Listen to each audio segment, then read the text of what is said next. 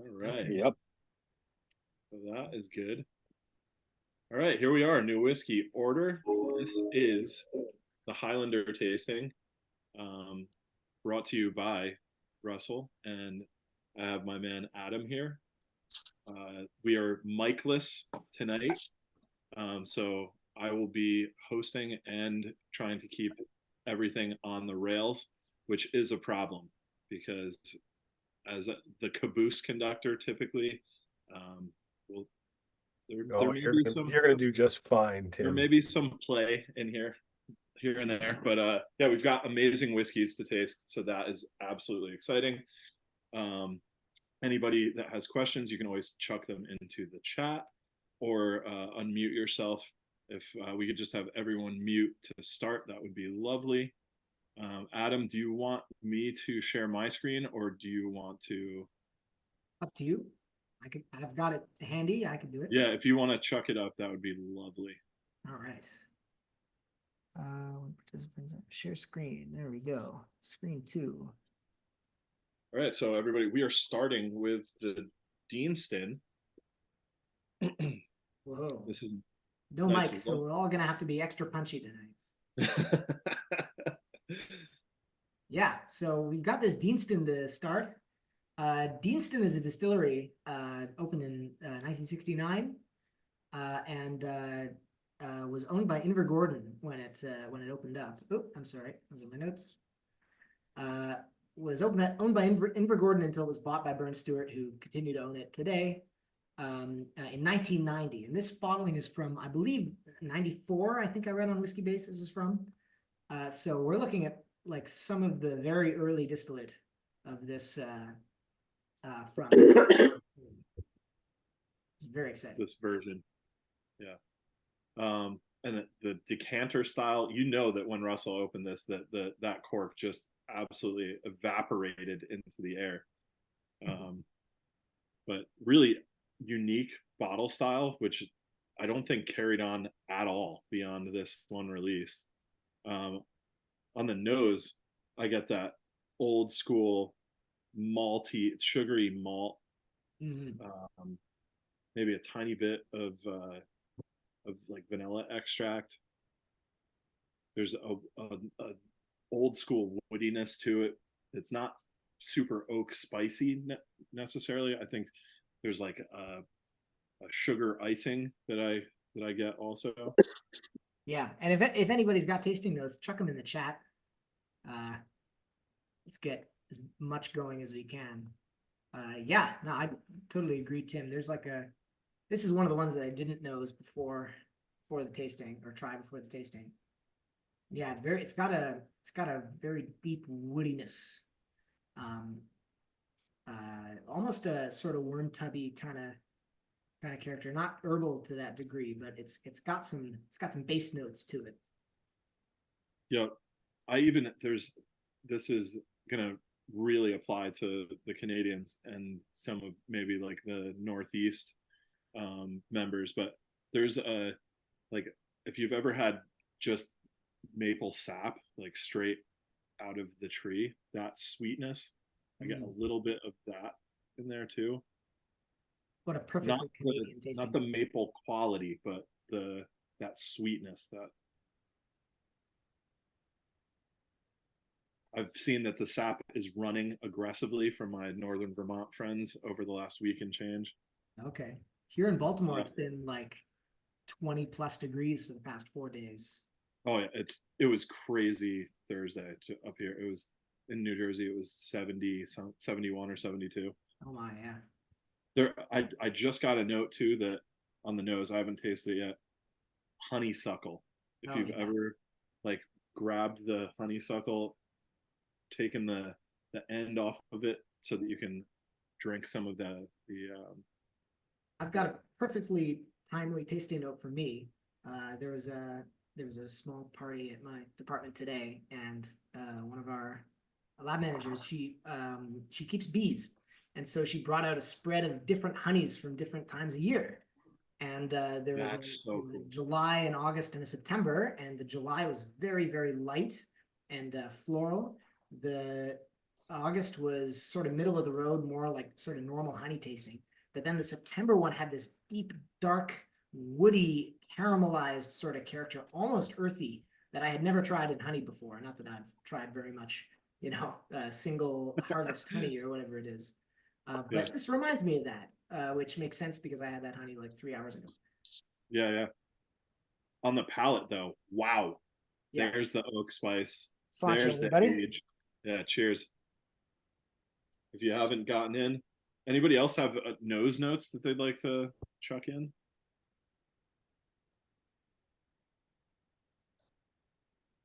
I get a little bit of like praline too, or like ladyfinger cookies to the nose now that I've had a taste. Yeah, I'm getting big like beeswax. Yeah, pralines and cream, totally. It's very creamy through the finish. For sure. And a longer finish than honestly I expected out of the lower ABV. This is a big 40% whiskey. This is a really big whiskey. Seriously. Yeah. It's interesting. The style that Deanston was making around this time is much more in the sort of new school, like blend 70s blend malts, sort of, shorter distillation, nutty, spicy. Not so much the sort of longer distillation style that they've sort of got to. Longer fermentation, I should say. But I think it's aged crazy well. It's not overly aggressive to me, but it does have that nuttiness and the richness. Russell says, yeah, nutty on the nose, walnut, cinnamon. Totally. Almost earthy. I did get through the energy top. She just sounded really breathy and yeah, that's very good. Oh, I have no idea how to make polls in the Zoom chat. That's always been Mike's domain. Oh yeah. Let me see if I could figure that out. In the meantime. Anybody know how to make polls in the Zoom chat? I'm pretty sure you definitely have to be. Yeah, I do, but you'd have to share the. Okay. The host situation, I think. I could not figure out how to make somebody a co-host. That was part of the problem. Gotcha. Yeah, no worries. We could always just have a vote within the chat too. And we're not direct A-Bing, it's not the heavyweight bout like last time. True. So you don't strictly need polls. One thing that we did talk about before the tasting was if everyone would like, you can do a single malt Scotch whiskey style naming of each of these whiskeys. So if there's something like Casey just said, very aristocratic. So you could say like an aristocrat's rifle stock. Give us your Scotch Malt Whiskey Society names. Yeah, exactly. All right, what do you got for SMWS name there, Adam, for this one? You got one? Put you on the spot. I need to think a little more. But I don't know how I can top Tim's. I want a rifle sock. Sounds. that was a weird one. I don't know whether to apologize for that or be proud of it. The weirder the better. Please keep them coming. And don't worry about being appropriate. It's fine. Yeah, I think I'll amend it to an English double barrel shotgun case. There we go. Lemon squares in a smoking lounge. How's that? That's solid. Oh, there is lemon. As you said that, I got lemon on the nose. I'm not even lying for the sake of banter. That lemon note is a Deanston thing to me. Yeah. That very sort of on the grassier citrus side. Deanston's not a distillery I've had loads and loads from, and what I have had has been younger. Yeah. Except for that 20-year-old Oloroso cask bottling that was just a horrendous sulfur bomb. Has anyone else tried that? That was a bad whiskey. I think it was a sulfur candle situation. Oh for yeah, that cask. had to have been, right? I would assume so. A lot of their new stuff though, like you said, the newer distillate, the younger stuff, I've been really impressed with. I feel like they got a bad rap for a while. Yeah. Mhm.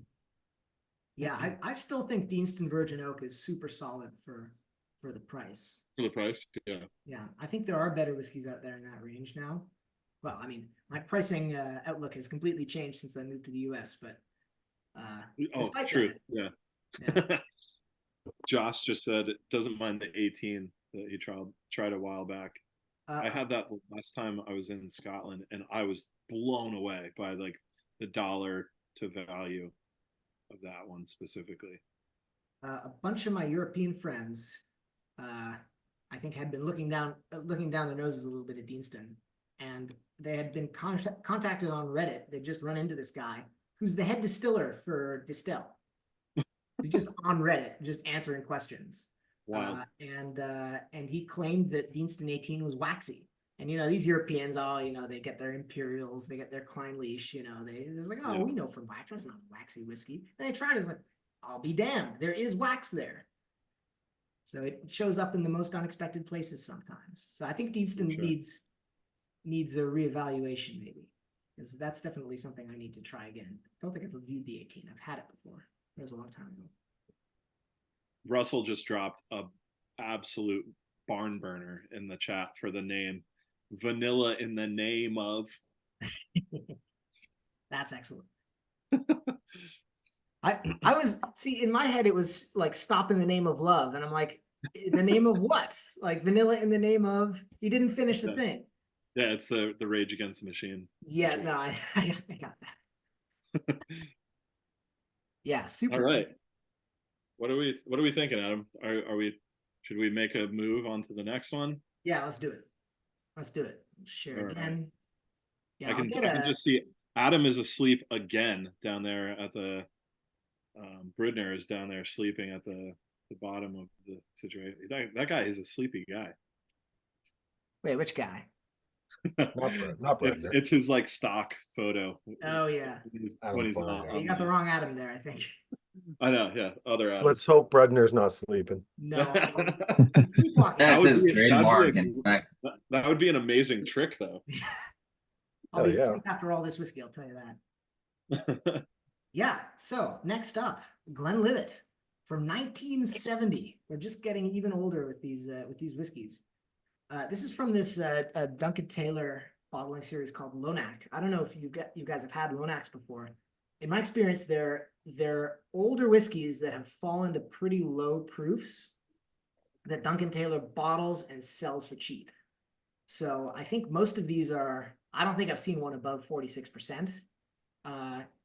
But their shtick is supposedly that the whiskeys have fallen below 40%, and they've had to salvage it by sort of blending it into something that just meets the legal requirements. I see. Yeah, it's the Johnny Blue treatment. Cool, that's good to know. Thanks, Colin. Yeah, so these are very, very tired old whiskeys that are being brought back up. I've had a Caprodonic from this bottling line that was at 46%. That was phenomenally good. And it was like, I think it was being sold in Texas 4 or 5 years ago for like $120 for Oh my gosh. like a 25-year-old. Crazy. That's bonkers. But yeah, this is a Glenlivet. Glenlivet, in my experience, is a distillery that hasn't changed that much in style from between the 1970s and now. I've had, I think, 1 or 2 other 70s Glenlivets, and they've been very sort of kind of modern style, which has been interesting. Sometimes you want that really heavy 70s, very iconic style. Then other times, really, really old Glenlivet still works. What are you thinking on this one, Tim? I get some interesting notes on the nose. I'm not gonna lie. So earlier today we had kind of an Irish soda bread bake-off at the shop that I work at, and one of the Irish soda breads used yellow grapes and caraway seeds, and it was on like the saltier side of soda breads, and I get a little bit of that caraway seed mixed with like a very light dill. It's underneath the sweetness though. There obviously it's I get almost like an orange peel, citrus.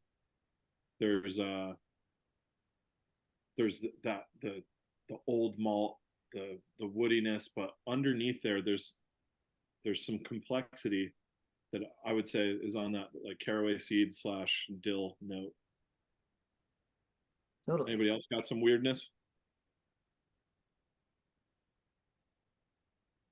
So I think you guys can see that I'm a little green at the whole screen sharing thing and trying to juggle 5 windows at a time. So I apologize. good. Please bear with me.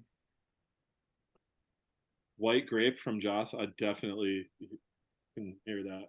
Those There's totally almost exist. Yeah. like a Watermelon Sauvignon candy. Blanc, like a Sauvignon Blanciness. Yes, I wrote down white wine in my notes from this. Totally agree. Totally agree. I'm getting the classic green apple a little bit that you get with Glenlivet. Definitely. I'm getting like sort of, yeah, like green fruit, some kiwi maybe, maybe a little bit of star fruit. Yep. Yeah, it's mineral like a white wine, which I really like. Yeah. You know, another low proof whiskey, and I think this is bringing the big bucks on the nose with the depth and the complexity. The star fruit is a perfect call out.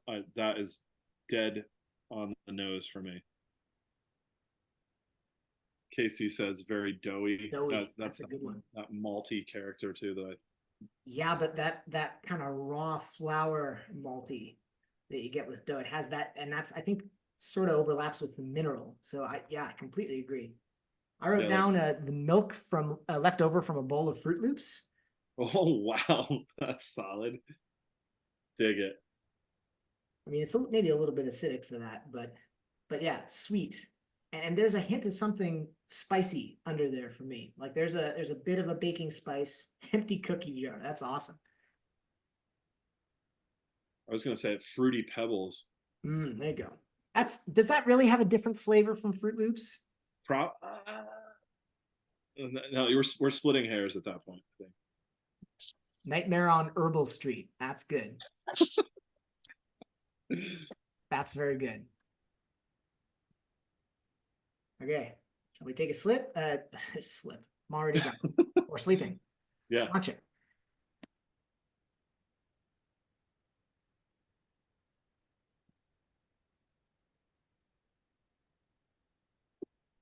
Okay. Yeah. There's some disparity there from the nose to the palate. Mm. It's definitely a little acidic on the finish there. Yeah. A little drying. Yeah. Sort of a ginger beer kind of a thing. More of Yeah. those white grapes, I think, totally. I get almost like a basil kind of character, like a little bit herbal, a little bit licoricey almost. Yeah. But fresh, like not a dried spice. Cloudy day backed apple from the orchard. I like that. That is fire. Way to go, David. Yeah, that's a good one. That's a good one. I may change my white wine pick from the Sauvignon Blanc to a Chenin Blanc now that I've tasted it. I would love to agree, but I don't know enough about white wine, so I'll take your word for it. An oak cask, I think, in this context, I think it just means, yeah, they don't really know or care to report the cask type. With something like this, you know, it's a vatting of several casks, so they, you know, they take what they can get from Glenlivet that's at or below bottling proof, which might be a whole huge mix of things, and bring it up with, you know, whatever they have that's older and above that. So it's probably some, you know, slapdash mix of different casks. I'm not getting a huge sherry character from this. No, but also not like a bourbon forward. Like I think it might be a couple refill casks of different types. Yeah, possibly something a little larger, like a hogshead refill. Yeah, yeah. Sure. Did it have a bottle? I don't think it has bottle numbers on there. That would be interesting to know, though. It's pleasant. I'm not kicking it to the curb at all. I think No, absolutely not. I think Very- both of these 40% whiskeys have showed out very, very well. yeah, I'm they're very happy with both of them. overperforming my expectations. Yeah. Once My, I think the nose on both of these is better than the palate from my perspective. But yeah, for me, that's more the case with this Glenlivet rather than the Deanston. I think the Deanston holds up a little bit better on the palate, just texturally. mm, And intensity, I think the Glenlivet comes off a little bit light, whereas the Deanston's got a bit more oomph to me. yeah, But yeah, very clean. Yeah, as Russell says, I think the finish works still on the Glenlivet. Just I think takes a little while to get going, whereas the Deanston's a little more immediate. yeah, it was swift. Mm-hmm. But yeah, I mean for the ABV, that's a long finish. Yeah. For heatering on 40. Yeah, that was solid. Mm-hmm. I don't Everybody think else I came with up some with the SMWS name in advance for this. I've been doing this for my whiskey reviews for nearly a year now. I was trying to come up with an SMWS name, and they've definitely been usually on the more absurd side. So I'll try and keep that going. Oh, it looks like Mike just got off the plane. Oh, He just sent us that Zoom the code. a code. So oh well, better late than never. Yeah. He just cares, he just cares does, so yeah. much about well-being. We definitely miss him. He's here in spirit for sure, I right? know, Totally. I know. You know. Cheers to Mike, hey, Here's to Mike. Yeah, for sure. Cheers to I'll Mike. take We I'm miss just you. I'm returning his message really quickly, so Yeah. it's not like we're just We're all leaving. having a toast for Mike. That's fine. He's He's Sorry. just getting back right now. Surely. Yeah, he just landed, so he's safe. That's positive. That is very good. Always nice.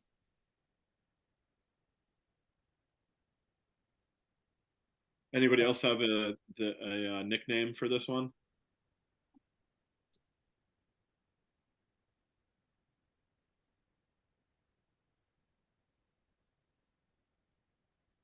Trying to think of what I would say for this. Like wine garden brunch or something. Apple bottom, damn, apple bottom jeans. That's hilarious. Russell, you're on fire. Oh my gosh, Spitting fire. unreal. It's fantastic. Yeah, I can't even touch that. I was thinking, I was in my head, I was thinking something like Beggar's Banquet, but like Beggar's Bouquet of Grape something, but it wasn't fully formed, obviously. That's good one, too. Tim Westwood, come to me, my Chenin Blanc. Solid. That's great. Chateau de Toucan. Blanc to the future. How's that? I love it. That's great. Chateau de Toucan. That's yeah, they tried to set up a winery in French Guiana or something. You'd have Chateau de Toucan. That would be good. All right. Yeah, Shall that we move on. great one, Joss. The fire. That Okay. that was a Fruit Loops, the mascot toucan reference. Absolutely, Toucan Sam. I think I had one for another whiskey. It was a Loch Lomond, like an old Ross Dew was the Loch Lomond. So it's one of those like lighter unpeated ones. And I think I came up with Toucan Sam's Weekend Bender, and it was like just super milky cereal fruit. Very tasty. Yes, Toucan Sam's Weekend Bender. That's Okay, wonderful. onwards. Tim, do you want to introduce this one? I've done the last two. Yeah, for sure. So the next one is a whiskey distilled before I was born. So we have this 1983 Teaninich from Signatory Vintage. Lovely indie bottler. This is a 30th anniversary bottling for this outfit. It was bottled in December of 2018 at 35 years old and is a full cask strength. The Angels were lovely to this one at 57.5%. I'd love to see them. Oh, 575 bottles out of a refill butt that's that old. That's Pretty well. pretty astonishing too. Yeah. So yeah, let's dive into the nose on this one. Vacuum And sealed it. Yeah. Yeah. Teaninich is rapidly becoming one of my very favorite distilleries. I think they have a phenomenal sort of old school style balance to them. I can get tropical fruit from time to time in Teaninich. I can get wax in a few Teaninichs. There's a yeah, I've had a whole bunch of them at this point, from especially into the 80s. I think they hold up really well. It's not just the 70s ones that are fantastic, and the modern ones also great, but the 80s ones really hold up. I think like 82 and 83 are like the years for Teaninich from what I hear. yeah, But yeah, this one's a little nippier than I expected on the nose, and I don't think it's just coming from 40% and going to cask strength. I think it's yeah, it's got a. I got some crazy notes on this one. I almost getting- get like a Yeah, sorry. I get like a trout skin, like a rainbow trout skin.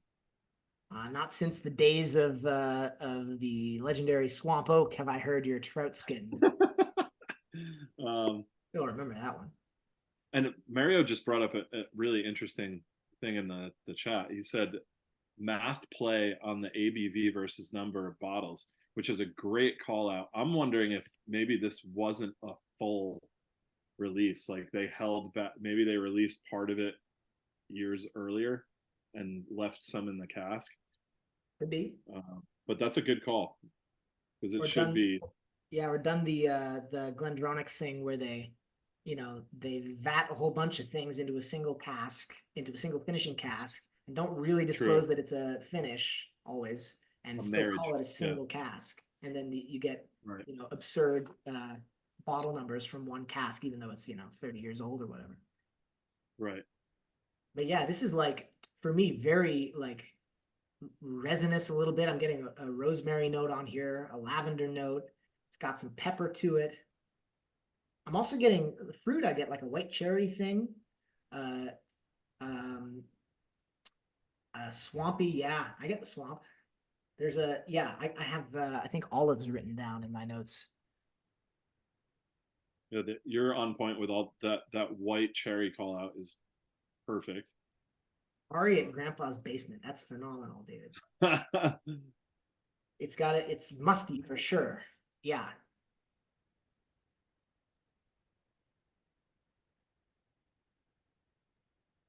Yeah, this is an old whiskey and an old school whiskey. Yeah. And I think, yeah, Teaninich, enormously underrated. Huge distillery. So much of it goes into blends. It is still going out to indie bottlers, so you can find modern bottlings. I've had one from what did I have recently? I think it was a North Star that I had recently, like an 11 or 12-year-old. That was my everyday whiskey for a long time. It was the Highland Star from North Star. Regional bottlings where they don't really tell you the distillery, but they give you a lat long on the label, and you type it into Google, and it's exactly on the Teaninich distillery. That's awesome. And I think even the bottling code is like, this is bottling number TE001. Oh, okay. Like the Isla this is CI001. Okay. Sure. Yeah, it's but that was just a super solid whiskey. It well-rounded, fruity. It had pineapple in it, which for a 12-year-old whiskey to have tropical fruit gets my attention for sure. A little bit of smoke to it. I think they're using a very low peat level at Teaninich, but like I can see why blenders love it. It's just a good base malt, and I think that style for me I really like, and I think it's underrated. I'm with you. The stuff that I've had recently has all been really solid. This one, this is wild. Yeah, very. Casey just said very, super viscous and oily. I'm right there with you. Punchy palate from Adam Farr too. There's a lot going on here, a lot to unpack with it. I just get a lot of like the very, very sweet citrusy fruits, like a blood orange. Good shout. There's There's definitely creaminess to it also. I think the alcohol doesn't show up anywhere near what it should at 57. Super well integrated. You know what it reminds me of? It reminds me of I'm going to stop the share just so we can all see each other again. It reminds me of a more citrusy Brora. Mm. It's got the oily, it's got the herbs, it's got the savoriness that Brora gets. Yeah, I love it. I had high expectations for this one, and it's meeting them, which I'm very happy about. Unbelievable. Soda Popinski. That's great. That was Adam Parr. Oh my gosh. I'm getting a little bit of the like, this is matured in a refill, but I'm getting a little bit, just a tiny like chocolatey, like a very bitter dark chocolate underneath everything. That for me, I think is possibly coming from the cask.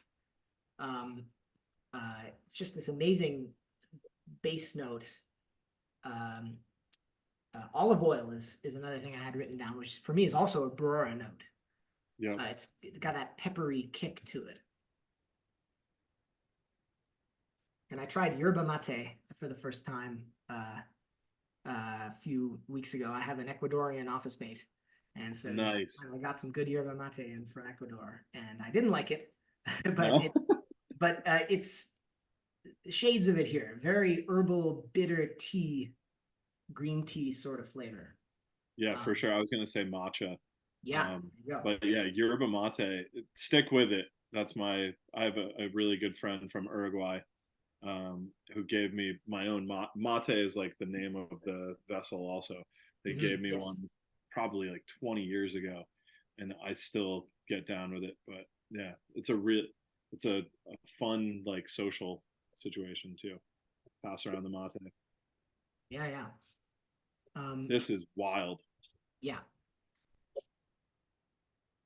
Paint store. Yeah. Yeah, super good. I would give this a 90 also, Tim. This is up there. 90 to 91 for me. This is what I like. Killer whiskey.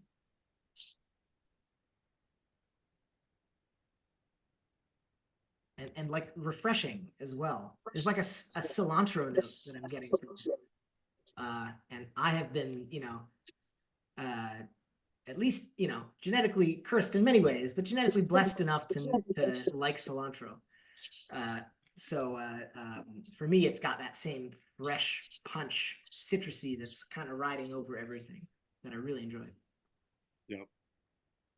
I'm with you. Yeah, I feel the effervescence, Adam, as well on the finish, especially. I've only had a few whiskeys like that, but it's neat when you get it. I'm gonna give this one some water. That's a great idea.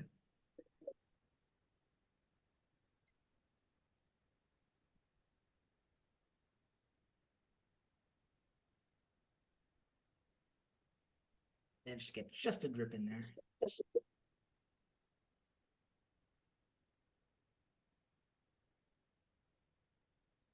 Ooh, the nose seems sweeter now.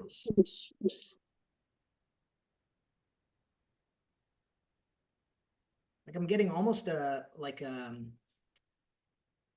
waxiness, almost like a white chocolate maybe. Yeah, I was gonna say honeycomb as soon as I nosed it after the water went in. Mm-hmm.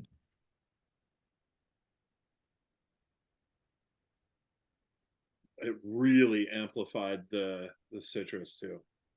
Yeah. I mean, now it's orange Kool-Aid man blasting through. Oh yeah. Oak bricks.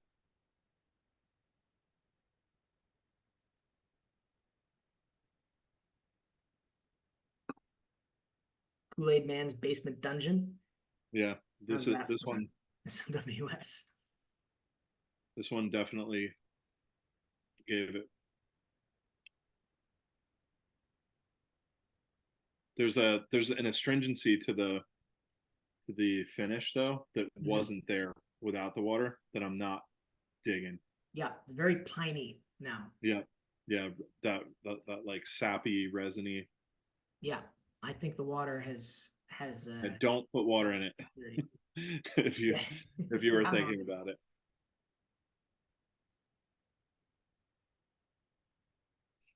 All right. Well, that was dram number 3. What did everybody think of that one? Was that a winner? It's really interesting, but I agree. Yeah, it falls apart with the water. Yep. Best so far. I'm with you, Mario. Yeah, that was fantastic. Yeah. That's what I think. Like some whiskeys, right? Like you add water, it almost gets offended. I want to see how it changes after once we've gone through everything and come back to it. Maybe it'll be better. Maybe it'll just be, a little bit more awake. Yeah. Or maybe you'll be sleeping on the couch. Yeah, Nick, the birth year whiskeys hit different, right? That's true. That is true. I think all these whiskeys were distilled before I was born. There's what about except Except the the glowing glass out there. yeah. I have something to tell you. Yeah. Adam's been goosing us all for years. He's actually 13.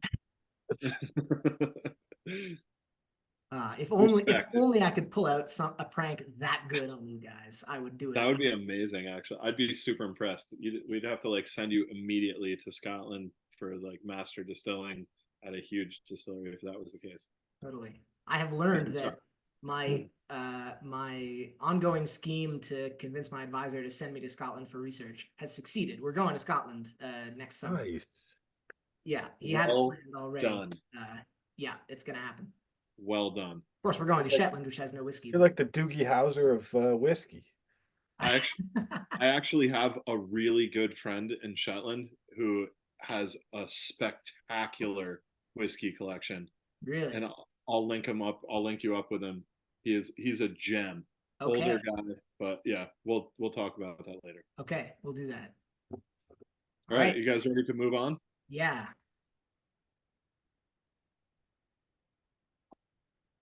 And let's get to this.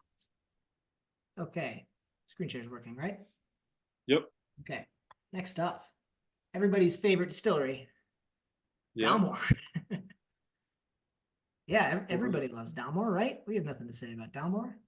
The screen I'm getting is Yeah, you got the wrong tab showing. We're seeing your cheat sheet. Oh, really? That's hilarious. But Rip in peace. I'm not sure if it's this whiskey though. yeah, might not be. I think this is the previous whiskey. That's the Teaninich. Okay. There we go. Back to There it this. is. I don't think I even have any cheat notes in this. I got this straight from Mike. Okay, let's close that. Sorry about the screen sharing issues today, guys. No, Screen no worries. 2. That should work. How's that? Here we go. All right. Yes. So I will say, as a member of Clan MacKenzie Society of the UK and Scotland and of the United States, our clan society, I have a soft spot for Dalmore. Even though there are some rugged OBs out there, it has, a slightly storied kind of view within the industry. This is one that I have been dying to try for years and years. It's a White and Mackay Stillman's Dram OB from 1998 at 45%. So untouched by caramel coloring, I believe. And the nose is just wild. I get like pumpernickel bread, dark grapes, almost like if you've ever encountered red grapes that are experiencing noble rot, there's a little bit of that in there too. I do get some like newly waxed leather.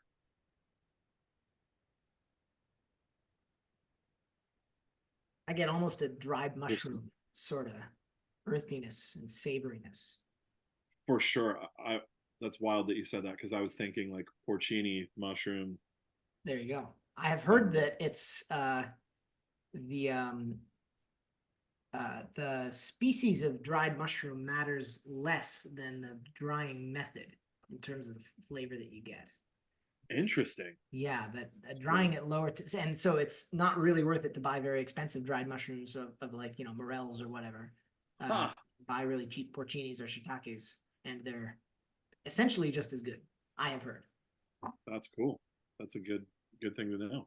Uh-huh. I mean, it's not so far off, Casey, from 40 years of age. I think we're within like the elite zone. We're within the elite zone. We're within like the margin of error zone, where like you don't necessarily get like one, a whiskey 1 year older tastes 1 year older. Whereas I think like going from an 8 to a 10 year, you can usually taste. Going from a 30 to a 40, I think we're more in mellowish. Everything's kind of. It smells ancient.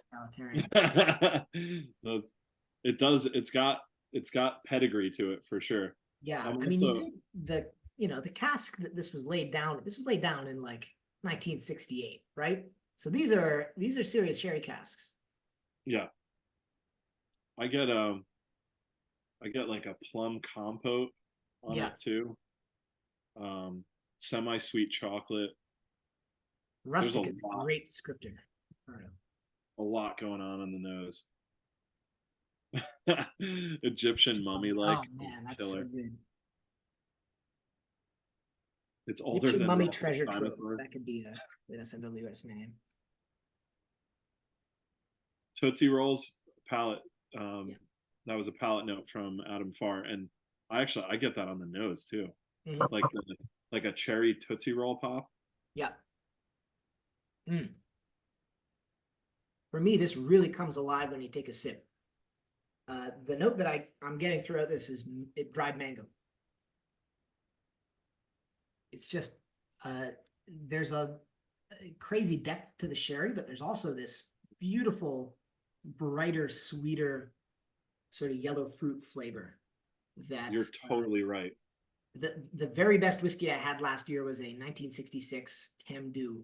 That was probably the best sherry cask whiskey I've ever had, and it had that. It had this amazing, the same thing, crazy deep sherry, but then also lighter tropical fruit, lighter spices on top. Yeah, you're right. It's sitting it's within the palate strike, but like a couple seconds off of the initial taste, and then that tropical note kind of comes through. Like I agree with you on the mango. I think you could even throw like a sunrise papaya in there too. Totally. I mean, this is really, really good. It has that kind of overripe funk that papaya has. Totally. Yep. And the nose nosing this some more. It's getting savorier and more interesting, and all these there's like a plum sauce kind of flavor. Yeah. Dates. I don't know what apparently I've been missing good dates my entire life. But I was in California a couple months ago, and we went to a date ranch where they were growing dates in the middle of Death Valley. And oh my God, like life-changingly good. I don't know if I've been just eating shit dates my whole life or what's been happening, but yeah, I've been missing it. I was gonna say like a confectioner sugar covered dates. Mm-hmm. Maple, totally. 51st dates. Russell, you're unreal. This is just it's not even fair to everyone else because we're so on point with it. Yummy mummy. It's a lot easier when I don't have to actually host. I can just sit here and just yeah, a lot easier that way. So I do my part. This is probably, not without exaggeration, and I've had some really wild Dalmores. Even recently, I had the 2023 releases, the 45-year, 40, 35, 30, 25, and the new 18. This is superior to all of those, and they were really, really good. There's so much complexity here and depth. Yeah, it's, you know, just another reminder that under all the nonsense from Dalmore, their base spirit is unbelievable. And you pair that with almost a get like quality sherry cask and knockout. I almost get like if you put a little bit of simple syrup into like a reduced soy sauce. Mm. Wow. That's spectacular.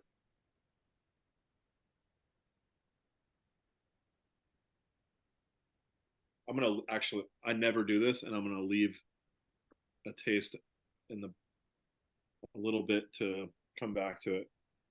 I do get like a sweet pipe tobacco on the finish. There's that drying element, obviously, from the sherry cask. I think someone said Amontillado. Oh, it's Tim Westwood.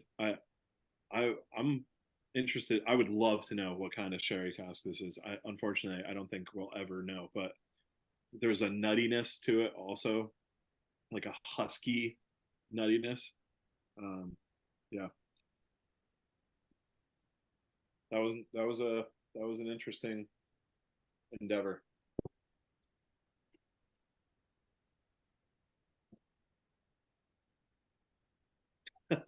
Ricardo with the oak casks like Grandpa used to make. Good enough for Grandpa, good enough for me. That's for sure. Oh, that's classic. Nick said almost as good as a cigar malt. Which one though? Which one?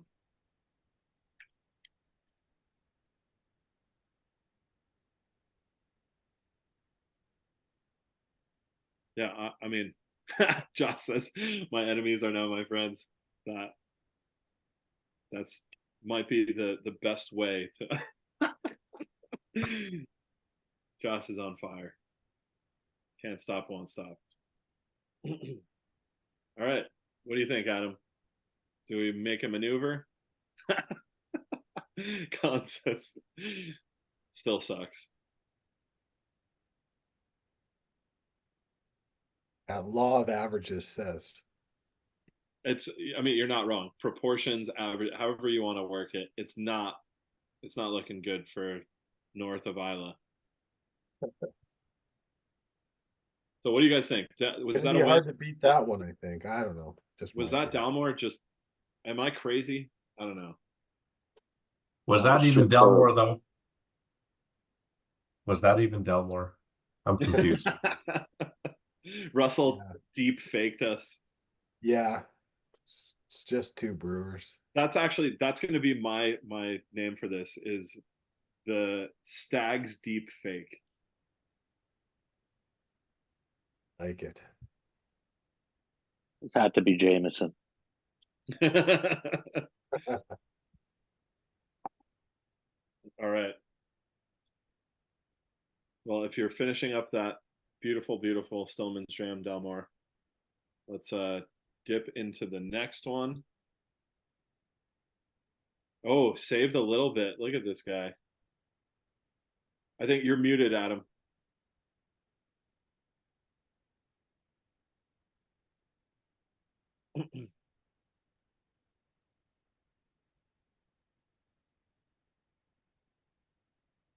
Yeah, you're still not coming through. I'm not sure if the mic detached or something, but can't hear you at the moment. How's this? Yep, you're good. There we go. Don't know what happened. Sorry about that. No worries. All right. Next up. Let's just do another 30-year-old whiskey. Why not? Super mellow, coming through with an OB family cask from '86. As you do. As you do. Yeah, it's you know, how do you get deeper, darker in the earthy sherry land than 30-year-old Dalmore, 30-year-old Glenfarclas? Let's go for it. Back Is to this- back, no less. Is this another math thing? Look, the ABV and the cask number. What the heck? Yeah, it's a weird one. Yeah. Would not strike me as odd if Glenfarclas was doing some strange cask mixing. Yep. I have no notes on this one yet. Yeah, The to last me, few this I is just tried in this is advance. classic Speyside. Yeah, this is when it says refill on a Glenfarclas, you never really know just how much sherry you're gonna get. Glenfarclas will happily go down to a fifth fill cask and market it like it's like they're proud of it. Yeah. Not that fifth fill casks are necessarily bad, of course, but it is still True. weird to see. Like I have seen, on the back of Glenfarclas family cask labels, like, oh, fifth fill, but like, okay, weird flex, but all right. Person could probably appreciate the transparency of it though. Absolutely, Yeah, it's oh, cool yeah. to see it. Like the reason That's it's so better weird than is- random oak cask. yeah, right. They could I'm with- easily just say that. So that, yeah, it's why it's so weird because nobody tells you if they're using a fifth fill cask. It's cool to know.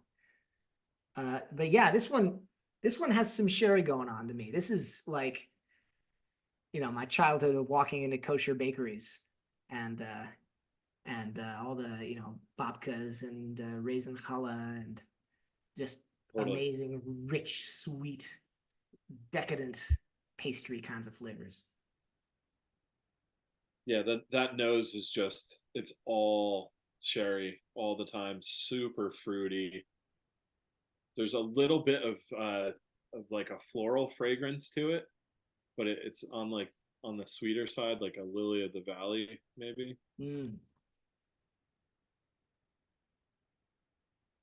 There's a molasses note also in there. Nothing off-putting on the nose. That 47%, there's not an ounce of burn to that. I mean, I had the nose, the depth all the way in there. We've miraculously avoided all sulfur tonight.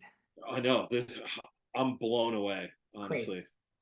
Yeah. And not even a I feel hint like of the it. Glenglass will redeem itself. Yeah, I'm just waiting for that one. Now you're gonna make me go and check it, Russell. It's actually, I don't get any, not an Candy. iota on that. There's a very distinctive note to the nose on that Glenglassaugh. I don't Smells want like to cheese. I don't want We'll to come jump back the gun with it, but there's something very specific. Going back here, I get like a there's a specific type of apple. it's almost a little crab apple-y to me, where it's Yeah. an apple, but it's a little bit rough around the edges. Yep. Yeah, a bit of like dry cranberry, Yeah. a little bit. I'm with you on that too. The Were there bowls outside? sharp tanginess. Oh, look, yeah, Ricardo just said it. Little sour cherry. But yeah, I was gonna say cinnamon. my initial vibe with this was like a cherry pie, and my single malt Scotch Whiskey Society call out was gonna be "She's my cherry pie."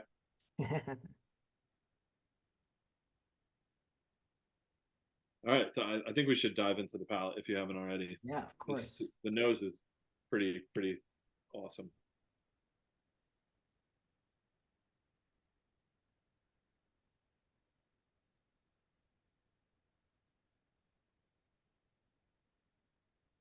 I'm with you, Adam. Palate follows pretty closely with the nose. This one, not as much disparity. You get the earth coming in and the oak, Oh yeah, that dunnage There's- warehouse kind of character. for sure. There's like the Riverstone minerality that like struck stone. Josh has raisin d'etre. Oh damn! That's excellent. And he beat Russell too. Punch on it. Wow. the more I come back to the nose, the more I'm getting an oak character, like a leathery, varnished a little bit. Yeah. But not overbearing in any way. I'm with you on that. Sort of cocoa powdery. Little like a citrus pith, like an orange pith, maybe. Almost Mediterranean-ish. Mm. That's a lovely, lovely whiskey.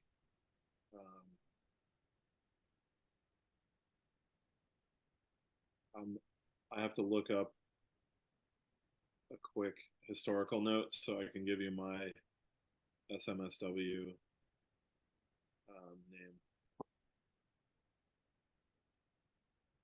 name.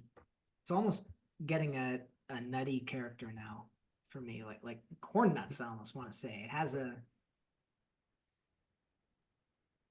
some earthy sweet. I get like a little hazelnutty.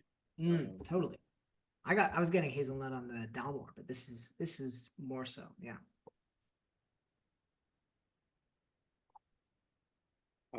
Here's my SMSW name. It's Library of Alexandria Bakehouse. Nice.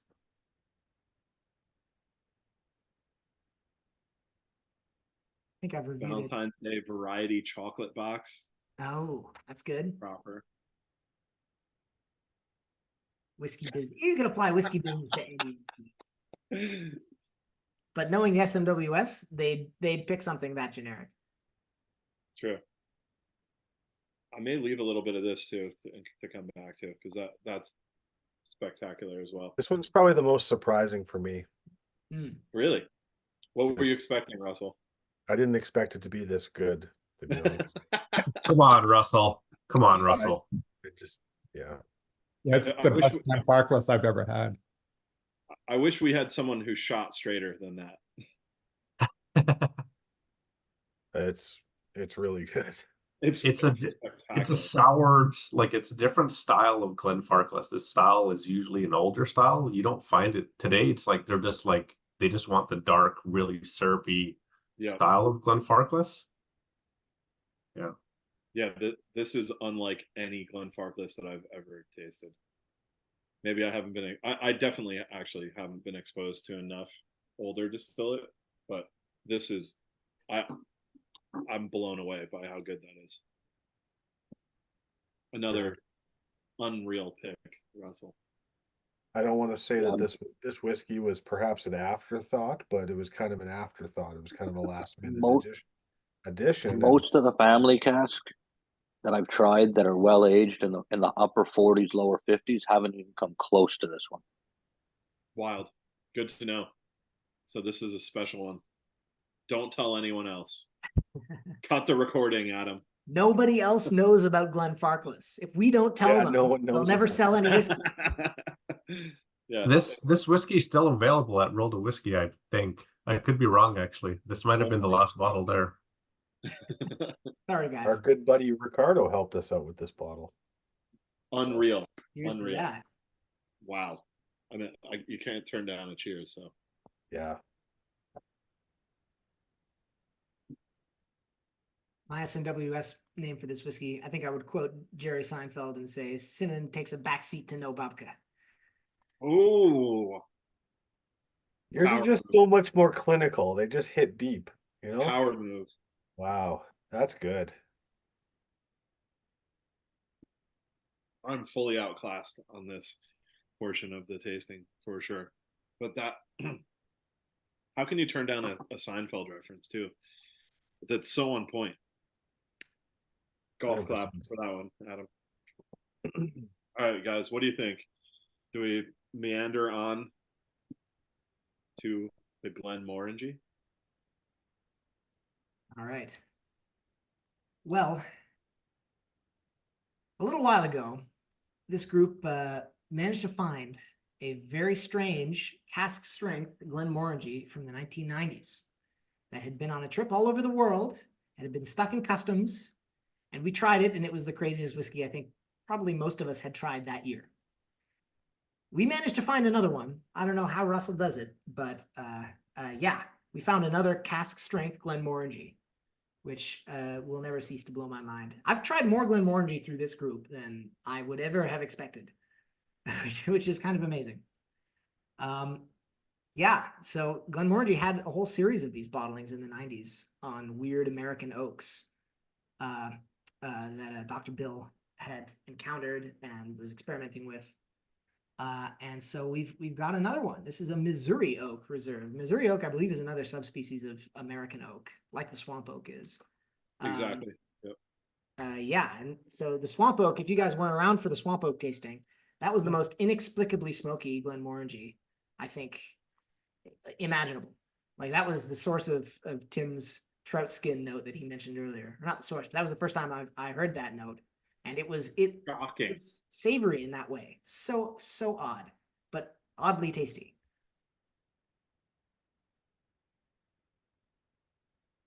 And Russell said best Glenmo ever. I mean, there are very few whiskeys that I've tasted that were more interesting than that whiskey.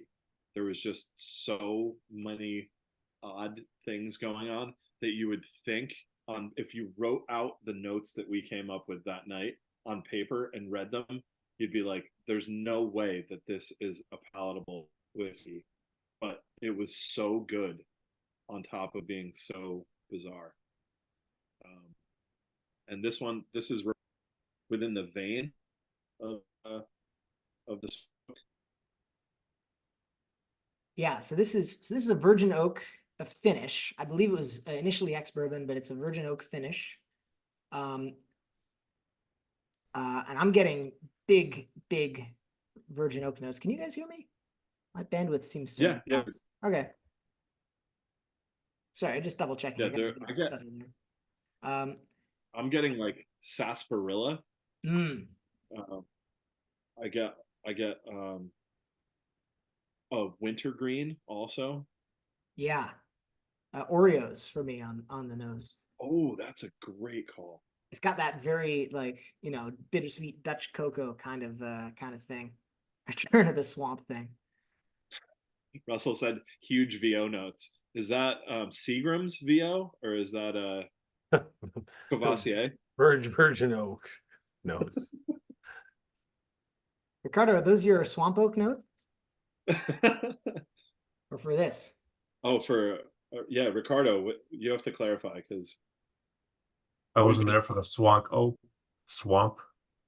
oak, but for this one, I like right when I first noticed it, I was like, it smelled like candied salmon to me. That was sounds familiar. Yep. Yeah. There's something going on in those Missouri woods. I'm probably the closest to Missouri out of anyone here. I'll go down and report back. Chop down to do you know one of the other ones that I've been dying to try too that was part of this was the Burr Oak. Burr Oak. Okay. Yeah, because can you imagine how atrocious that would be to Cooper? All of the knots and squiggles and everything. Yeah. I mean, they must have put somebody on like a bonus to Cooper a cask out of Burr Oak. I can see the back label now. This 500-liter cask yielded 12 bottles of whiskey. Now, I don't know. I'm making that up. That's not true, but I could totally see that. You had me for a second there. No, like that's what I would expect from that, wholly of an oak. I mean, the color on this too it doesn't say if it's 10 years or if it's 9 or I mean the spectrum is there, but Joss, I will try that. I actually don't have a backyard anymore. Oh, somebody can lend you one. Yeah, I can visit somebody's backyard. I have lots of sticks though. Those I can find. Yeah, this is for me. Yeah, cinnamon, vanilla, wine gums on the nose. Super big spice, smoke, wood smoke. A bit of that savory.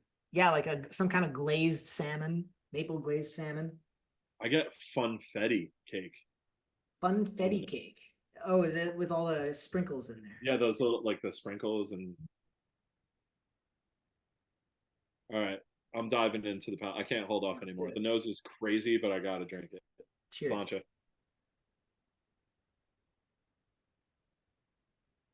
That's got some punch. Woo. Yeah, birthday cake. Oh my gosh. For me, the big note Oh. that, there's the oak punch, but then on top of that, it's like vanilla cantaloupe, like super ripe cantaloupe. There's so much shit cantaloupe out there, and I hate whenever I get a cantaloupe, it's terrible. But every now and then you get a real good one, and it's crazy sweet like this. Yeah. Cantaloupe's a great pull for sure. Yeah. Underrated The- fruit, I think. The spiciness of it too. It's white pepper and dark black pepper. There's like maybe even a hint of like cayenne even. Mm. Like that initial, I held it in my mouth for a while. I probably maybe a little longer than normal, working it around. But like for the 55.7%, a slight amount of like numbness, but not what I would think from 55, and just waves of flavor, and like Adam said, so punchy. Like it doesn't let up. This is like Tyson versus Holyfield in a Missouri backwater. I like that. I like that. The finish is gets very earthy for me. There's like dead leaves, some black Yeah. pepper. Yeah, huge cinnamon, stone fruit. Holyfield's sweaty ear. That's That's the salinity I was trying to pin down. I was gonna say it tasted like an ear. no. Ricky. Were you gonna say that before or after somebody mentioned Holyfield? It was right after. Okay. Simultaneous. All right. Wow. Oh my gosh. I thought I really, really loved that Dalmore. Actually, you know what? I can try a wee side by side. Cool. Yeah, I've got Finish just about one lingers. sip of everything left. The pumpernickel bread on that Dalmore is full flex. Going back to it. All right.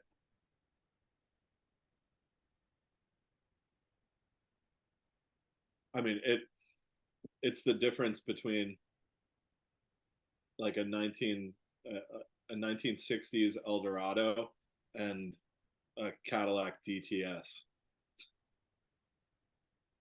from the late 90s. I have There's no context for that comparison. I don't know if there's a real comparison that can be done there.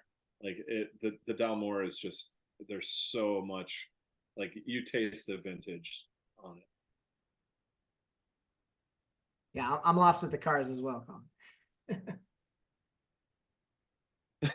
Casey says I'm never brushing my teeth again. Oak and rye. I'm gonna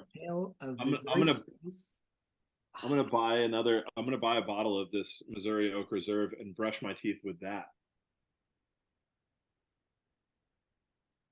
Yeah, I wonder how many bottles of this are out there still. What do you think? I feel like these ran fully under the radar. Like they definitely pop up in the auctions. This is one that's going on the must-have list though, like the Swamp Oak. Whiskey Base claims that 34 people have it in their collection. And one guy has 2 bottles. Yeah, I mean that leaves a lot of bottles out of 1,000. That's a lot. Yeah. Well, not that everybody's going to put theirs on Whiskey Base as well. For sure. I'm being a butt. Yes, just to get a sense. Totally. Oak and rye with. I'm embarrassed to admit this, but my dad is a drummer in a band called Rye Toast, WRY, and that fits right with Russell's comment. It's a sweet band name. oak and rye. Yeah, it's solid especially if you're like a 70-year-old drummer, like for his entire life. It's proper. It fits the bill perfectly. The finish for me is turning into like brown butter, where it's just this Really? amazing nutty, sweet. Yeah, brown butter. I don't know how else to describe brown butter. The nose now too is like that melon call out. That's like there's an initial hit of the spices on the nose for me, and then it's just all sweet melon. Like I don't even know, maybe overripe watermelon even. That's why I enjoy doing the tastings with like Adam and Tim and just hearing the tasting notes. Like when you do when you said brown butter, you go back to the nose and you just smell it, and you just pick up on that stuff. Yeah, it manifests itself Ooh. to a degree. That's But all I can smell now. that's because he's calling out the reality. I actually had some inside information. They just added brown butter to this whiskey, so I'm waiting to be exactly right the whole night. So Butter cask. yeah. There's Oh man, I wouldn't put it past the bourbon people to somehow come up with a butter cask and age bourbon in it. This is a weird call out, but it has to do with the brown butter situation. There's a pierogi place that is close to my house, and they do a strawberry, like a strawberry syrup. You know, like the strawberries you would put on a sundae. So it's in like that syrupiness, but the pierogies have that inside of it. Like a compote. Yeah, and you like that flavor of the pierogi dough with the brown butter and that strawberry knows that whiskey again if you have any left. You could even imagine caramelized onions on the nose as well, which is my association with butter and pierogies. I hear that too. I mean, that's proper Polish style too. I've got Sigorsky in the I blood. love pierogies. Late night At Waffle House, killer. Adam, you are fire. Doctor, how you feeling about this one? What are you thinking? Needs more charcoal. Yeah, it needs more charcoal. I really enjoyed this one and the Swamp Oak. I mean, Russ was saying, best Glenmo ever. For me, that's a very low bar. But it's, I mean, these have both been very, very delicious whiskeys. And yeah, the like virgin oak notes, as somebody who owns a lot of those Cav VOs, it is very like clear on the palate, the sort of similarities, but it's also interesting to see how more of that, I don't know, like classic Scotch character comes through versus the Kavlan stuff. Yeah, I thought it was really nice. It's like a refined VO taste, hey? Like it's like what you would want the VO from Kavlan to evolve into over time. I'm just blown away by the age. Like, how is this deep and complex? Virgin oak, baby. I hear that. I totally hear that. Mm-hmm. How old is this? 12 years? 12. Not no, yeah. It's younger. It's 11 to 10. Yeah, it's not. It's just the year. So there's distilled 91, bottled 2002. Yeah, there can't be a lot of these left floating around. No, like, these probably got drank. I mean, by 100%. people like, I'm just buying this. I wonder what the original price was. I guarantee you it was sub $100. So. Oh, I'm certain. Right. Yeah. Back then, you probably bought this and got a free Dalmore 12. Yeah, I was gonna say this was probably like $30 back in the day. Like, no big deal. It's starting to remind me of those like peach and habanero hot sauces. Oh yeah. Where it's like it's starting to get very, very floral and sweet, but you get the kick as well. Yeah. That dichotomy. I think the kick is for me is more from the tannin and from the cinnamon notes than it is from the ABV. Like the ABV seems sort of controlled, but then you just get this sort of tongue tingle of woodiness. Yep. Not a Yeah. euphemism. Pretty wild.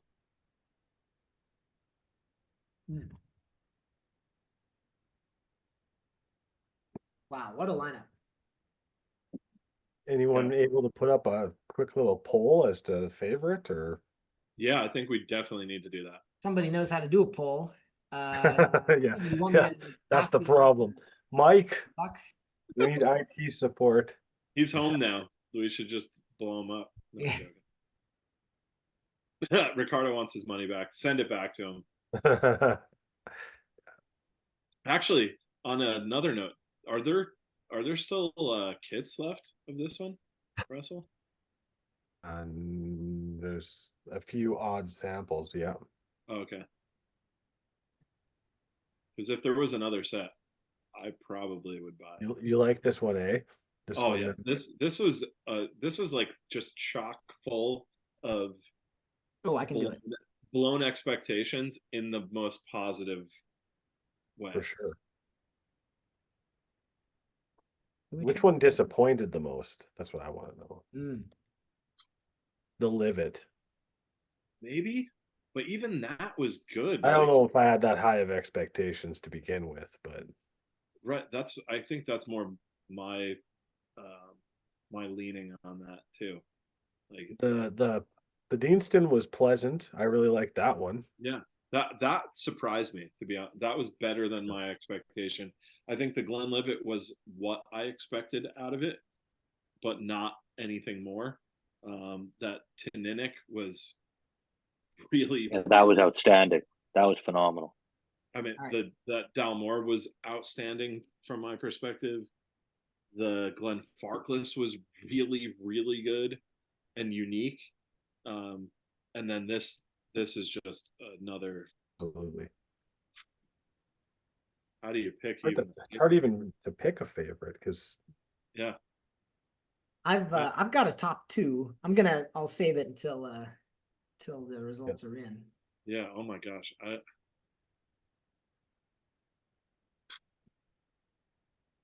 This is hard. Hmm. All right. I put it in. The Deanston did my Goblet of Dusty's glass proud. So Proper. That's well done. this has become my favorite glass, by the way. Oh yeah. It's I love how flat the bottom is, so I can pour in a very small amount of whiskey and get lots of surface area out of it. exactly. Oops.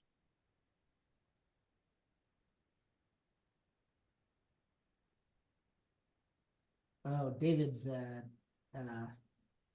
SMW West names are up. Boyd's Gunstock Nutty Bee Harvesters. Rainy Day at the Apple Orchard for the Glenlivet. Target basement, Grandpa's Basement Carpet for the Teaninich. Veil Covering on the Preconceived Idea for the Dalmore. There you go. Solid. those are some good names. Marmalade on Buttery White Toast for the Farclas. And the Glenmorangie Valentine's Dunkin' Donuts Sprinkles. It tastes like scotch from Colin for the balance. So Yeah, that's what you we all have need. you need that comedic relief. That's a huge piece of the puzzle. Who invited this guy? All right, I think we're missing 5 people on the poll. Another minute or so. I don't think I can actually answer the polls. I can't sway the results. Oh, sway away. It's fine. All right, my top 2 are the Teaninich and the Dalmore, and I'm not sure I can pick between them. Yeah. Which one would you want to own a whole bottle of, though? Oh my God. That's what I based mine on. Great And question. The entire top 4 for me. I Certainly, mean, both of those I'd gladly have a bottle of. Let me see. I want I want 2 of the Dalmore. I would love 2 of the Glenmo, 2 of that Teaninich, and maybe 1 of the other 3. But like, I would happily own all 6 of these whiskeys for specific scenarios. If you force me to pick one, I'm gonna pick the Teaninich. Just because that's the style I tend to really, really like. But man, oh, the Dalmore is so killer. Yeah, for sure. Which one was that, David? What's that? He's got one of the the Elanta. Yeah, Mm. That was really good. I was really impressed with that Aelante. yeah. The Sonalta is not bad either.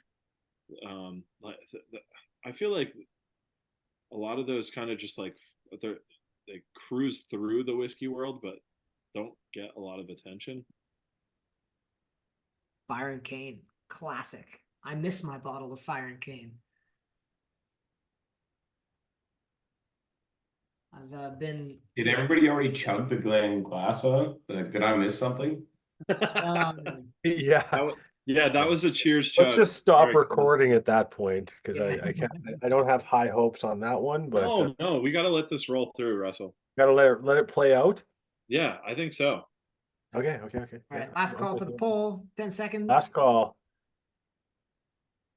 I feel like that Glenmo is just too odd not to want a whole bottle of to share. That's what I'm saying. Like it's an experiment within an experiment. Like it's Yeah. so. And I actually did not like that the first time I that was one of the few I actually tried beforehand. I actually maybe it's the company, maybe it's the company I'm with. All right. And the results are in. Poll's been up 5 minutes. The winner is Dalmore. The Glenmo the Glenmo takes it. with a tie for second too. I'm happy about that, honestly.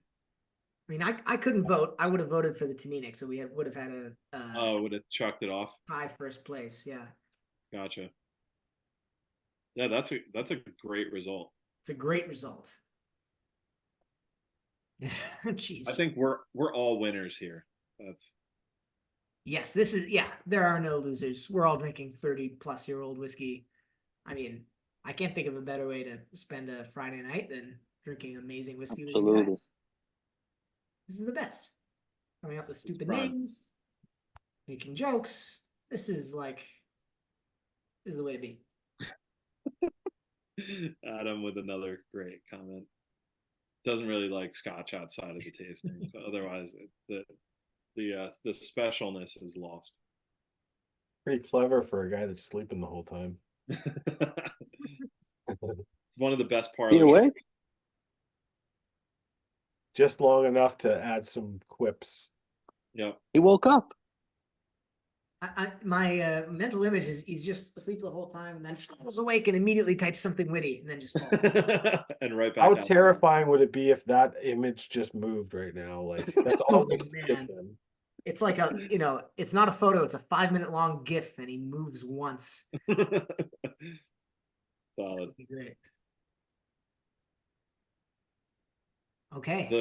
This Glenglassaugh, I'm gonna throw out my SMWS name.